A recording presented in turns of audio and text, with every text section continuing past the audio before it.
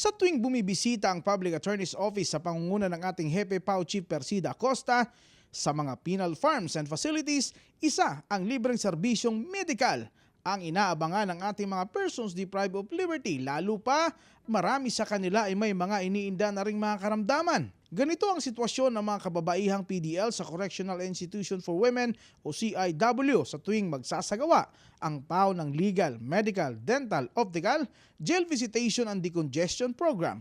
Magkatuwang sa free medical services ang mga doktor ng PAO Forensic Laboratory Division at volunteer doctors mula sa Manila Central University Hospital.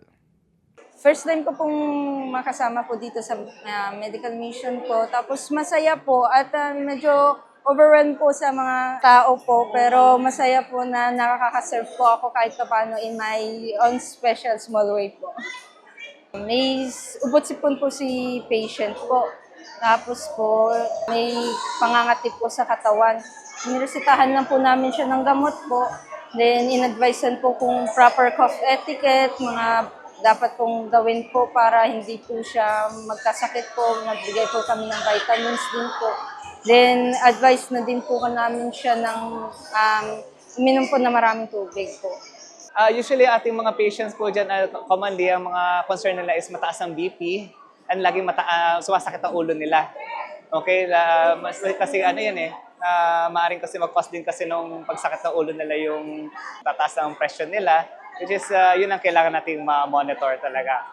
Most likely, syempre, mainit yung environment nila. And at the same time, baka yung compliance nila with the medication. Baka mamaya hindi nila regularly naiinom yung mga maintenance nila. O yung iba, hindi sila aware na may hypertension na pala sila. Lalo na yung iba, hindi naman sila lagi regularly nagmamonitor ng blood pressure nila. Bahagi ng misyon ng mga doktor ang pagbibigay ng dekalidad na serbisyo na walang halong diskriminasyon. At para sa mga mataas ang blood pressure rate o mga high blood, may advice sa inyo si Doc Feo. As a doctor, as our mission, kahit PDLs pa sila, kahit sino pa man, kahit may hirap man yan, pero we have to treat our patients equally. And basta eat healthy, kung ano yung mga iwas sa sobrang mga maalat, yun yung problem natin is tumataas ang BP, iwasan mga maalat, mag-ehersisyo kung kaya mag-ehersisyo, tapos mag-monitor ng BP. Yun lang, diet, and magbawas ng timbang din. So yun yung mga kailangan din natin para ma-address din natin yung health concern, lalo na yung hypertension natin, high blood. Okay? Chief, thank you so much po. Sobrang thank you po for always including me to participate dito sa mga medical mission niyo po. And lalo na para matulungan po natin yung mga PDLs po natin. Maraming salamat po, Chief. Para sa #Pala News, ako si Gerald Dranyes, Persida Acosta, tagapagtanggol ng masa, katarungan, laban sa kahirapan.